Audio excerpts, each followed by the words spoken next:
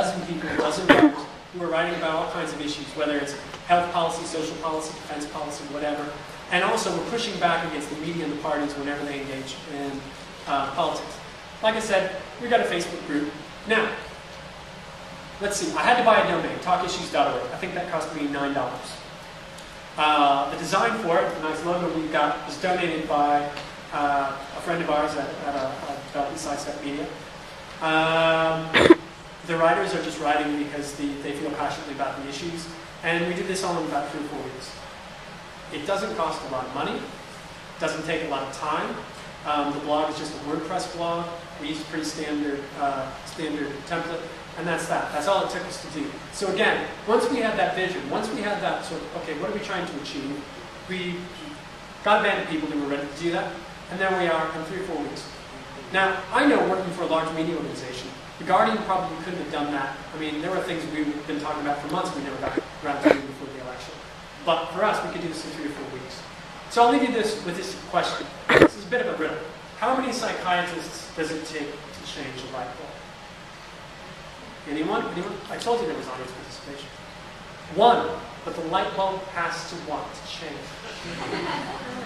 Now, so much of this stuff that I deal with, it's not about technology. I mean, everybody comes to me, and it's like, you know, the people who are baffled about how to turn their laptop on. Oh, I can never do that. I don't know how to use my own laptop. And they say this with some amount of pride, which is confusing to me. But, you know, for me, it's not about technology. Like I said, I'm reasonably technical, but I'm not all that technical. So really what it's about culture. It's about, you know, getting people just to realize that there's an opportunity here to do things in a different way, as Dan was talking about. It's not just about, you know, monolithic institutions. It's actually about how do we get people involved. So I'm going to say some thanks to the people on Flickr who I borrowed their pictures. And this is me. So I'll take some questions.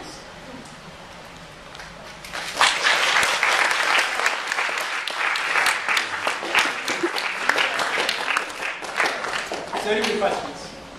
Please. Just not one specific tool, YouTube Direct, we're really interested in that too. But I'm wondering, do you get any, so how much people who spam video, and how much time savings it at the time you spend with that tool dealing with practice? Sure. And I think that's actually an interesting question about, you know, whenever you take in video or audio. And this is why, for me, so the difference between taking a text comment you can quickly scan, you can see if someone's trying to sell you Viagra because they spam. But with a video, it's like sometimes you've got to look through half the video and make sure that nobody's stuck you know, some kind of howler in the middle of the video. So it's quite complicated. Now there are, YouTube Direct has got some tools. There are also some other services that actually allow you to see different parts of the video. I think with any type of issue in terms of spam, again, spammers tend to view things that attack things that aren't used very much, or they attack things that are used a lot.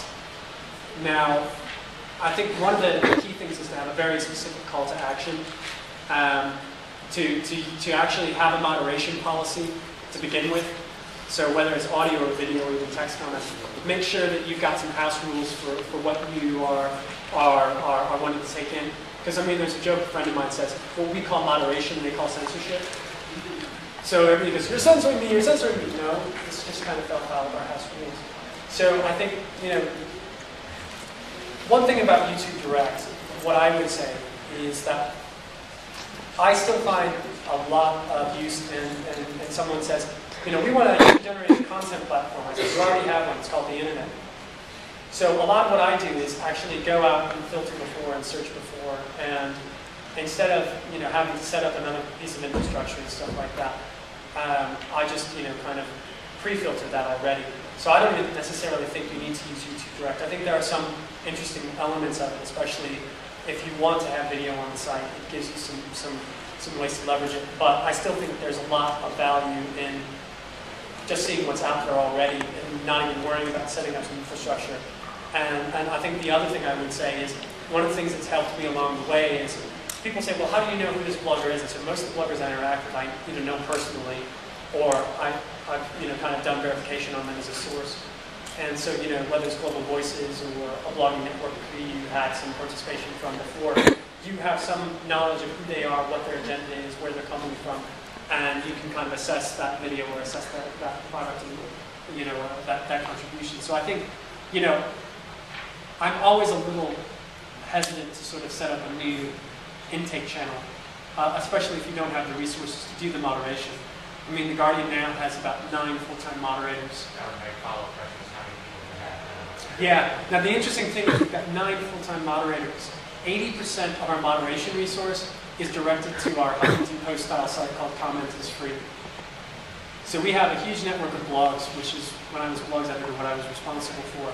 The moderation load on that is pretty light.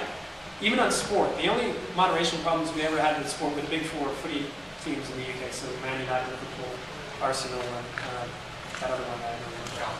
Chelsea, that's, how did I forget to do that?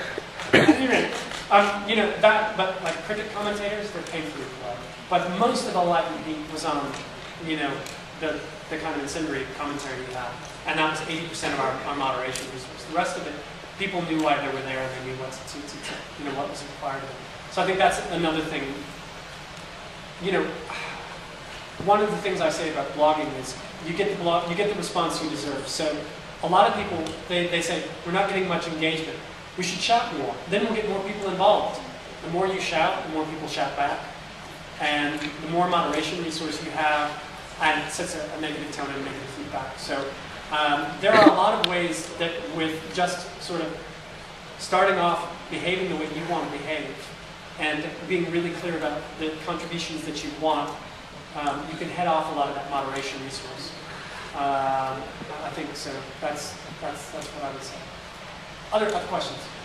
I would like to know how you get the attention of a lot of people. I know The Guardian has huge, tremendous web traffic, but do you think it's important to use old media or other more conventional marketing to actually reach out to people who might not be on Twitter, who might not be on Facebook, have no idea that you're actually out there with information? Honestly, I mean, the most powerful things that I've done actually are a mix of kind of new and old.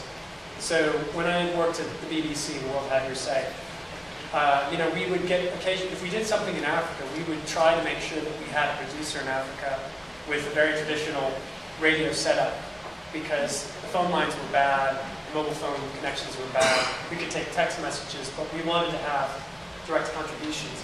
So to me, it's not an either or. It's not sort of, you know, throw all your energy into this because this is new.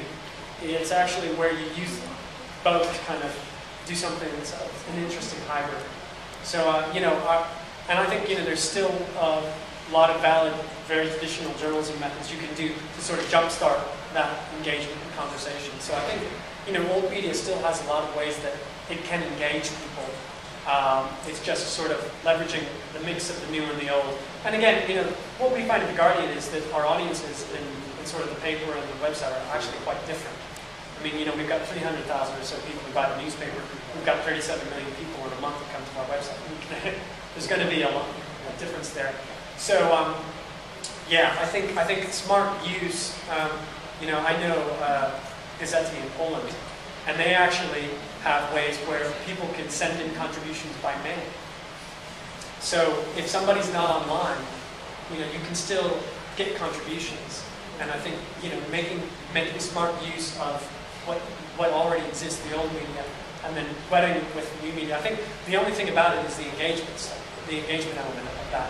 And that is, you know, just rethinking a little bit of how old media is. But yeah, there's definitely room for both to support each other. Question over here. Last question. Last question. This might be a bit provocative, but you're giving the people here the impression that they can change the world with their blogs. Sure. But I think